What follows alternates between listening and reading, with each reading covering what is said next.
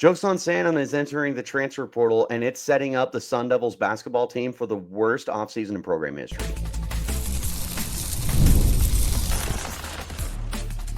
You are Locked On Sun Devils, your daily podcast on the Arizona State Sun Devils. Part of the Locked On Podcast Network, your team every day.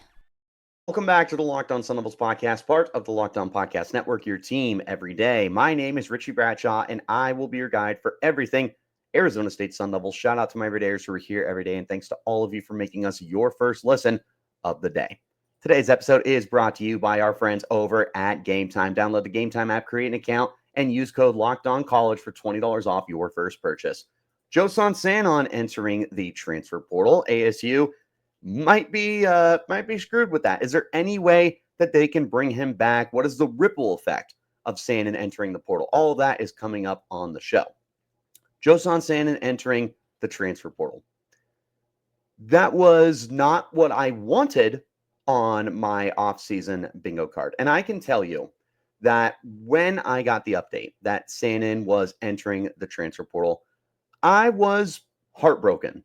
Sanon was honestly probably my favorite player from the Sun Devils this past season. And it wasn't a year that we had a lot to really be excited about and appreciate and everything, because there were so many injuries and there was so much up and down play. And Sanon was a part of that up and down play. And he was also a part of the injuries.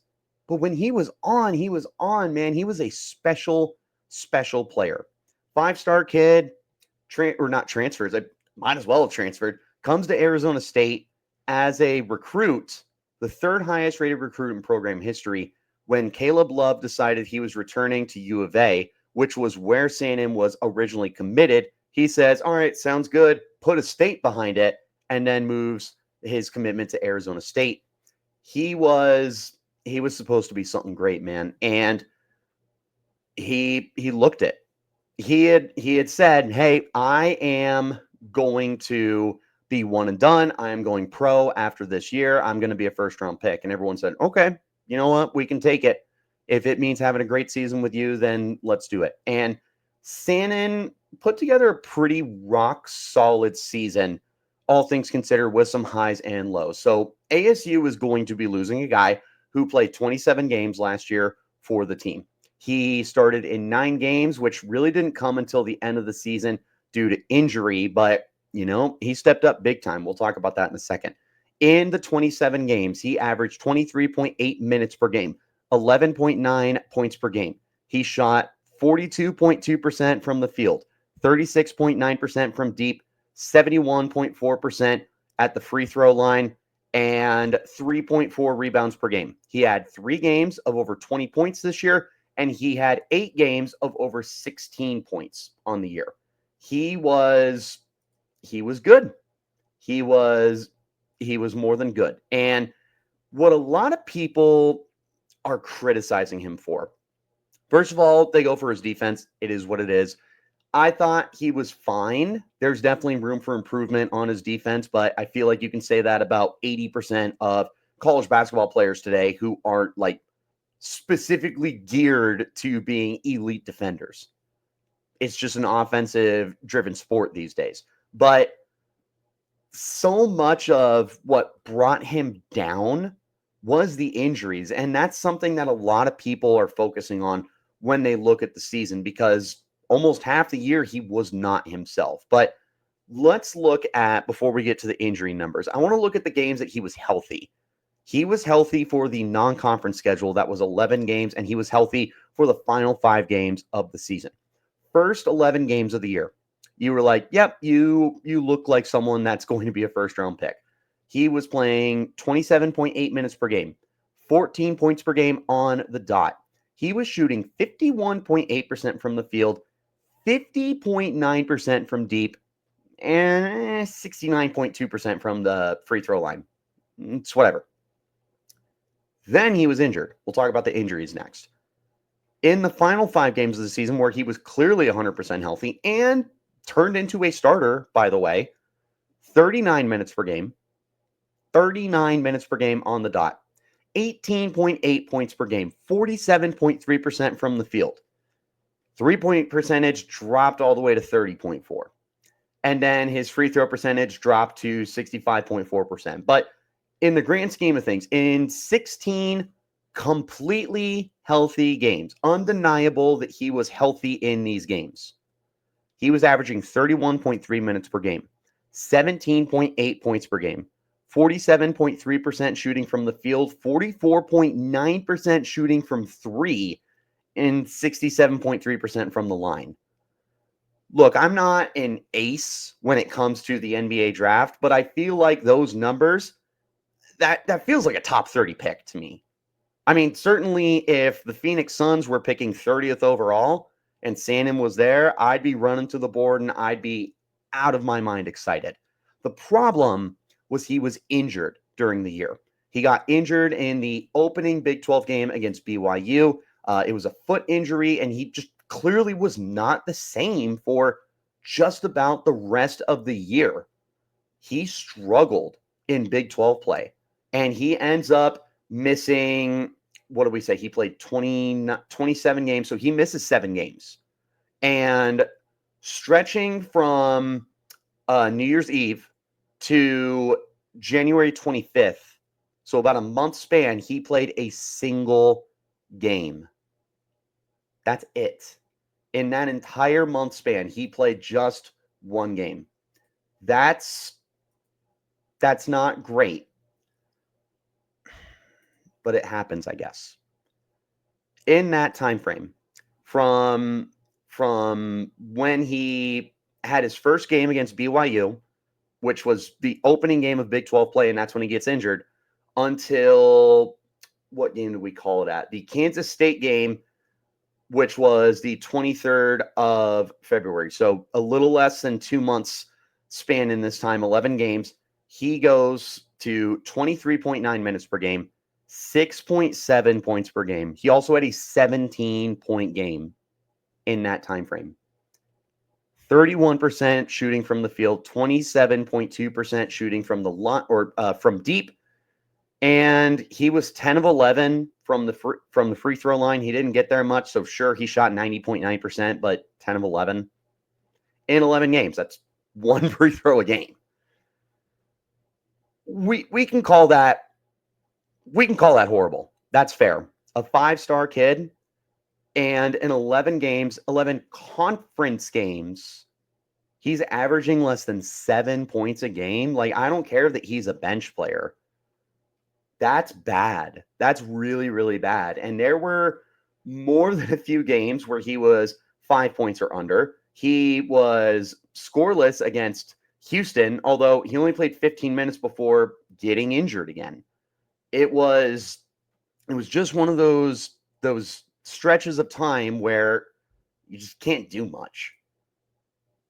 But as a whole, Sanon was a very good player for the Sun Devils. And I think that the Jekyll and Hyde that you saw from the season because of the injuries really ruined the perception with fans of how good he was for the Sun Devils. He lived up to the 5-star hype. As far as I'm concerned, he looked like a 5-star player. He looked like someone that was going to turn this program around. And I'm not saying that the 16 games that he was healthy, where we said he was averaging 31 minutes a game, almost 18 points, he was shooting 47% from the field and 45% from deep. I'm not saying that he's going to do that for the other, so that's 16, the other 18 games, right? The 7 games he missed plus the 11 games he wasn't healthy. I'm not saying that stacks up for 34 games, but I am saying that what we saw when he was healthy is much more indicative of what he was compared to when he wasn't healthy. I don't think there's a reason or an accident why he went from absolutely elite unstoppable and then finished the year elite unstoppable because he was healthy. That doesn't seem accidental to me. So yeah, ASU may be losing a guy who needs to work on his defense. ASU may be losing a guy who wanted to go one and done. ASU may be losing a guy that his entire goal was to set himself up, be one and done, move on. I get it. And I understand that a lot of fans are upset. And I understand that there's a lot of fans that have the mindset of good riddance. I get it. I do. I understand. But I also challenge you to understand, like, this is a much bigger loss than you realize. This is a much bigger loss than I don't want to say haters, but that the people who are saying, like, good riddance, let's move on, bigger, better things, whatever. This is way more detrimental than you realize. Because sure, you look at the season, you're like, he only averaged 11.9 points per game. It was better than that. It was better than that. And he wasn't even starting. He was your sixth man, and he was that good. And then when he did start, he was elite. He was everything that you needed. So you're losing a lot with Sanon. You are losing a lot. Is there any chance he could come back? I'm going to tell you why he could, but why he won't, coming up next on this edition of the Locked On Sun Devils podcast, part of the Locked On Podcast Network, your team every day. Let me talk to you about our friends over at 5 Hour Energy. Daylight savings snuck up on us again, even in Arizona, because we have to adjust for everyone else. You may feel like you're losing hours of your sleep, and don't worry, 5 Hour Energy has your back. The extra sunshine means there's more time for fun, but sometimes you need that little boost to power through, whether you're staying up late watching the NCAA tournament like me, or you're trying to squeeze in a round of golf after work, or you're just trying to keep up at work for a busy day. 5 Hour Energy gives you a quick, refreshing pick-me-up whenever you need it. I've been staying up late for the tournament, and I'm going to pay for it in the morning when I get up at 5 o'clock for work. But I'm going to have my 5 Hour Energy ready to go. The Tropical Burst is my go-to, and it's going to save me big time. It's also really convenient. First of all, it fits in my pocket, so I can just grab it. I can also grab it from a convenience store or drugstore or a gas station or wherever. It's always available to me, and it keeps me feeling refreshed. You can go to 5hourenergy.com, find over 15 different flavors to choose from, including watermelon, blue raspberry, peach mango, and the Tropical Burst that I'm telling you about. You can build a 12-pack or a 24-pack that gets delivered to your door. Or, like I said, you could just go to a grocery store, convenience store, anything nearby, and pick one up yourself because they're everywhere. So stock up today and stay energized. Get yourself a 5 Hour Energy. Thanks, as always, for tuning in to Locked On Sun Devils and make us your first listen of the day. And a shout out to my everydayers who are here every day. Is there any way that Joson Sanon could come back? I mean, there's stuff to argue to get him to return. It's not like there's nothing here for ASU. And I'm going to tell you why he could return. Let's start with the factors that feel the most important here to get him to return. For one, Bobby Hurley. Hurley recruited him, and Hurley is staying. In fact, one of the big stipulations for Bobby Hurley staying, I would imagine, I wasn't in the room when he talked to Graham Rossini, I would imagine was retaining the roster. So Hurley back should be something that at least gets Sanon's attention of like, okay, well, if I return, at least it's the same staff. At least it's the same situation. It's the same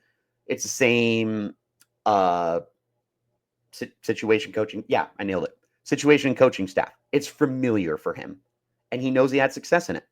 Second, there's going to be minutes available. For starters, at the end of the season, he had 2 40-minute games and 3 games where he played 39 minutes. Last 5 games of the year. You are a starter. You are going to see all the minutes you want. And ASU does rotate some of their guys when they were healthy. Like, part of playing 39 minutes a game is because no one was available. But you had your starters that were still averaging right around 30 minutes a game. Sanon would be able to walk into that, and he would go from 9 starts to probably starting every game. There's also NIL opportunities. And ASU is getting better with the NIL. I know that's always a factor that contributes. It's getting better. He was still able to make himself some decent money this year, and he had a brand deal that he was able to sign to bring in a little more money. So there is an opportunity here. Here's what's on the table. Those are the factors I think could be the biggest contributors here. Here's what's on the table. You are almost guaranteed a starting spot. Adam Miller, Alston Mason, BJ Freeman, your top 3 guards from last year, are gone. They're gone. And between those 3, they were averaging 28.1 minutes per game. And keep in mind, BJ Freeman was dismissed from the program before the season ended. And when that happened, Adam Miller and Alston Mason were probably over 30 minutes a game. So there's a lot of minutes here. And there's basically a guaranteed guard spot because ASU started all 3 of them. Alston Mason, Adam Miller, BJ Freeman were all starting. Okay, there's 3 guard spots right there. And I play guard. Hard for me to not find a spot there. And there's not a lot returning either. As far as like actual listed guards, Trevor Best and Austin Nunez are back.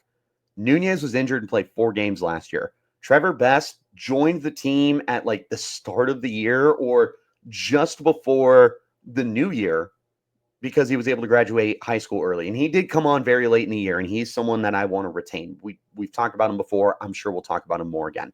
But that's your competition. Like Amir Ali came out of high school as a forward. ESPN lists him as a guard.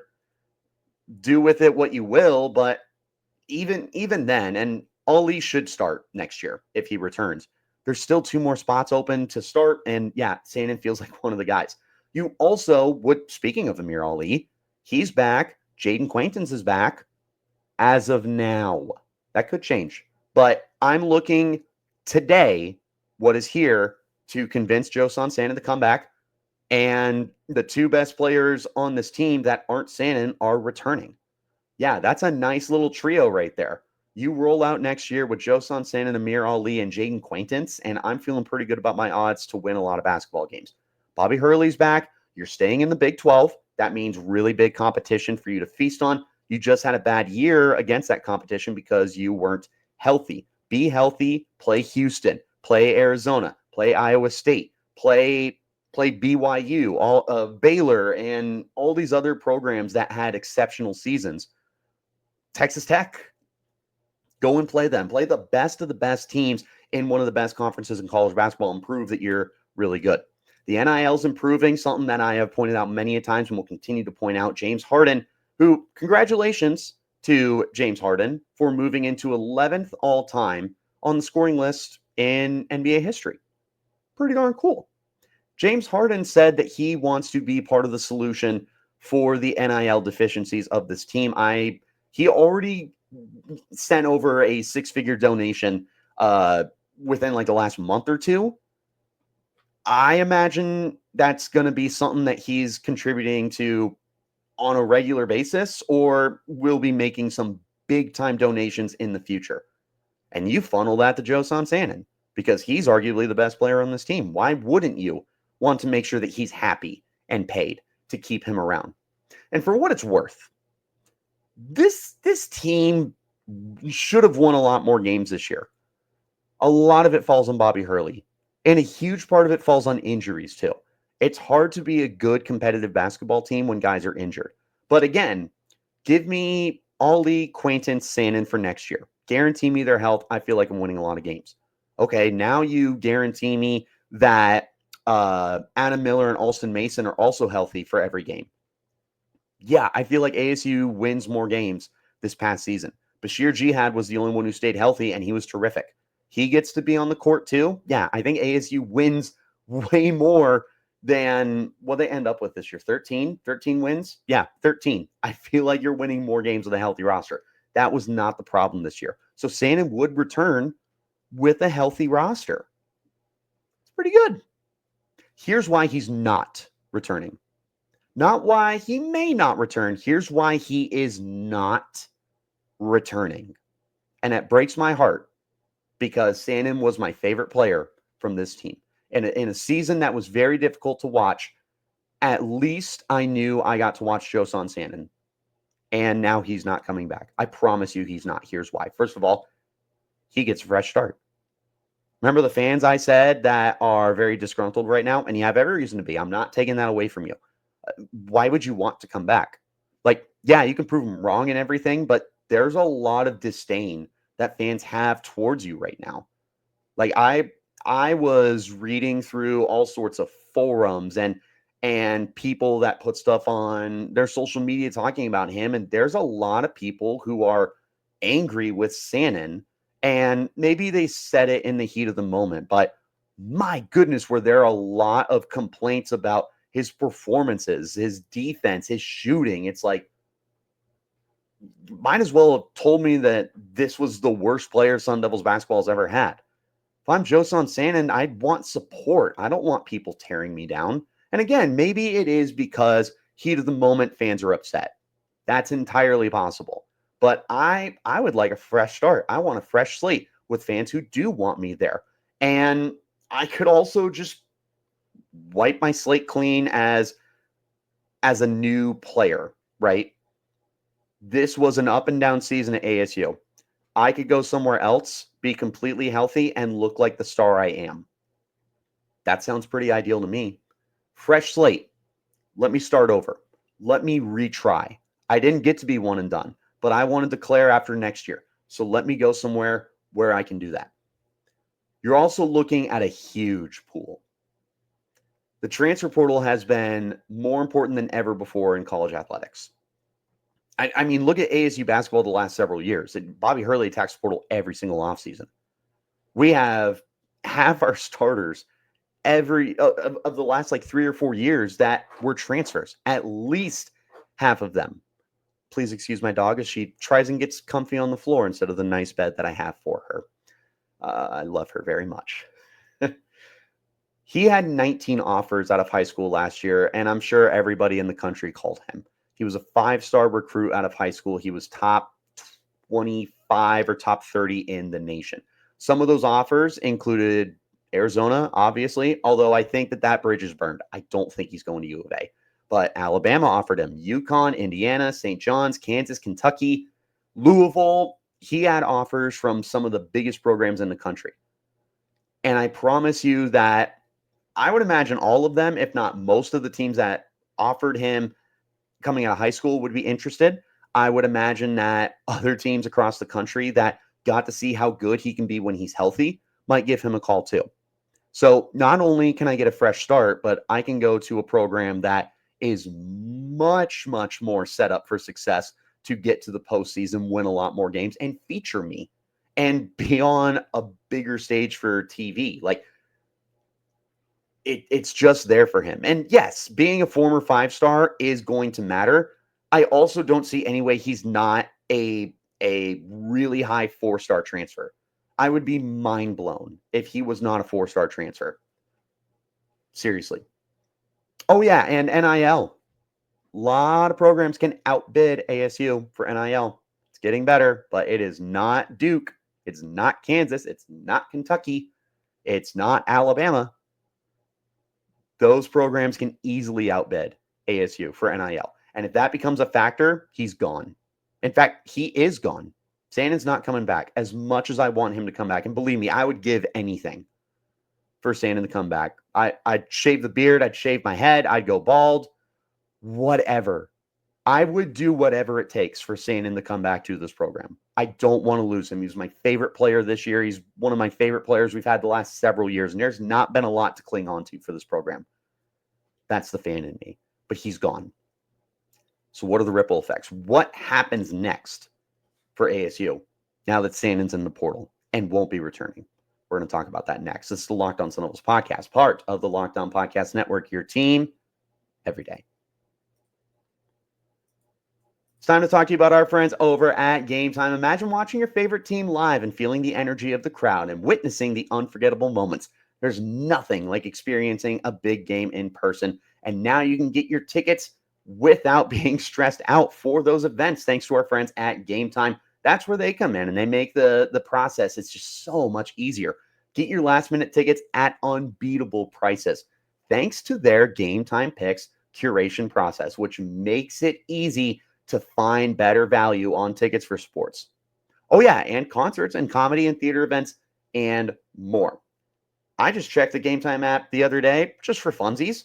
There's all sorts of good deals that are coming up for some comedy events that I am taking a look at for myself because I got to laugh right now through the pain. They have their lowest price guarantee as well. which means Game Time is going to credit you 110% of the difference if you find tickets in the same section and row for less somewhere else. And you have the peace of mind to know that your price is guaranteed. Obviously, you can book with confidence, and you can check out your view in the seat before you find with no surprise fees as well. Take the guesswork out of buying tickets with Game Time. Download the Game Time app, create an account, and use code Locked On College for $20 off your first purchase. That's LOCKEDONCOLLEGE.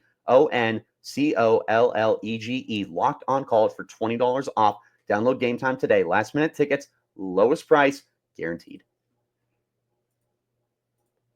You guys are the best, as always, for tuning in to Locked On Sun Devils and making us your first listen of the day. And a shout out to my everydayers who are here every day. I don't know where I would be without you guys, especially because I don't know what's next for ASU Sun Devils basketball now that Joson Sanon is in the portal.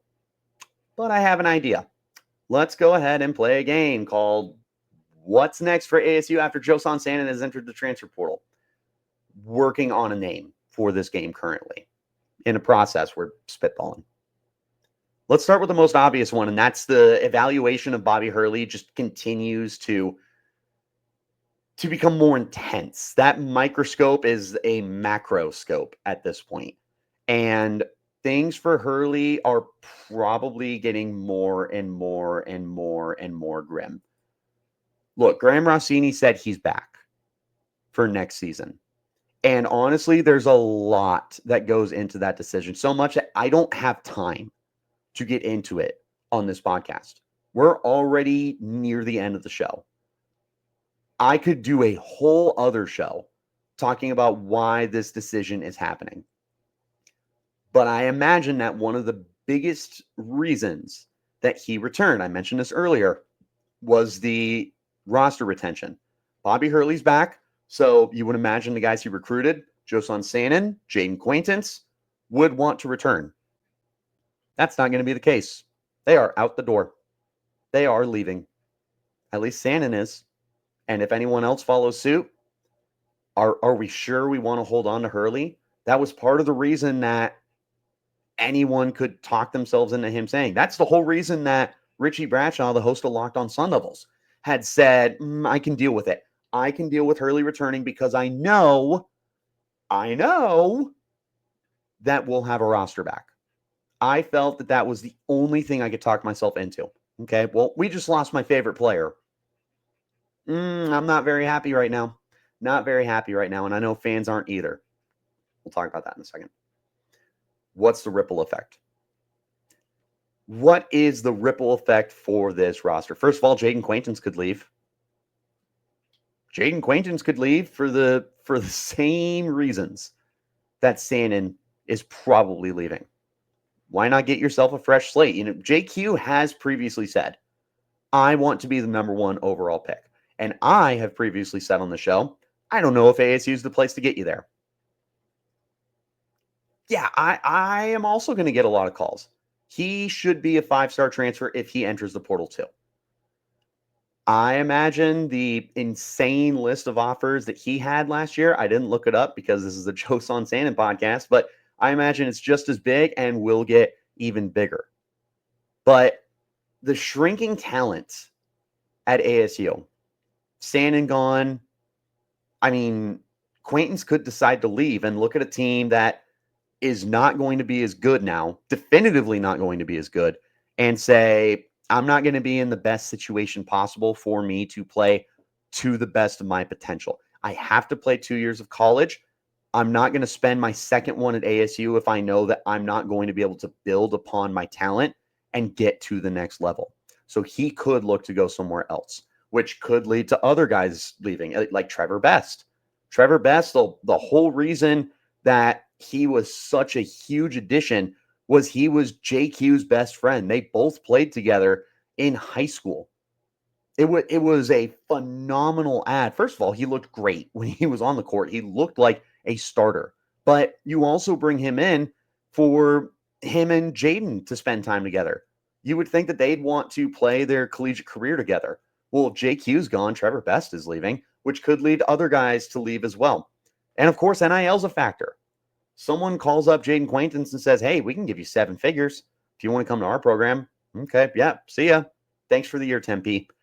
This is also going to really affect the perception that ASU gets now. Like, sure, they recruit great, but you just lost 2 former 5-stars, 2 guys who potentially could get to the pros one day.